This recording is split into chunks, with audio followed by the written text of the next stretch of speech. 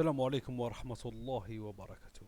الخوة اليوم حنا غنشوفو الأخ هذا ندير فيديو على مباراة المغرب وهولندا والطواحين. السلام عليكم. بغيت نوصل لكم واحد الميساج صغير بسيط جدا. الناس اللي كانوا باغيين يتشفاو فينا مورا الماتش ديال هولندا خرجوا كاملين الفيديوهات كيبينوا انهم كاع المنتخب المغربي منتخب مزيان وهادي ويستاهلوا وهادي وكذا.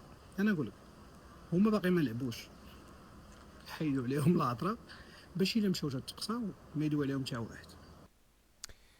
شوف الأخ، أولا أنا صراحة لا عمري تمنيت المروك تخسر. بالعكس يعجبني اللعب تاع المروك، سينو دا ليكيب الأخرى هادي فور صح. ثانيا خسرت ربحت ما عنديش. ربحت تدي الثناء، خسرت تدي الانتقاد. بابليس تدي اي منتخب في العالم. و... وانا مانيش مع، انا ما ندخلش في السياسه والتمسخير هذاك، ما نو. انت مسلم تبقى اخويا بابليس. انا زيد، انا خطره طحت اون بان، طاحوا لي الصوارد في واحد البلاد بلا ما نجبد اسم البلاد. لقيت مروكي شافني كي قال لي وجهكم مش مليح.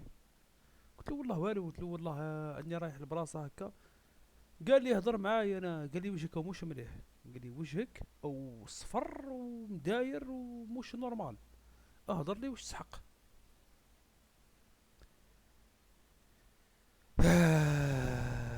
تسمى الاخ، بركونا من هاد الامور هادي تاع الفتنه.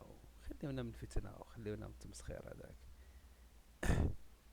اللي دار الخير يلقى الخير، اللي دار الشر يلقى الشر. بابليس كماي. ونتمنى ترجع العلاقة كي راهي كيما كانت ما بين المروك والجزائر بابليس. باسكو انا في نظري يبقاو خاوة، ومهما يكون يبقى الأخ. هذه هي الميساج اللي عندي أنا.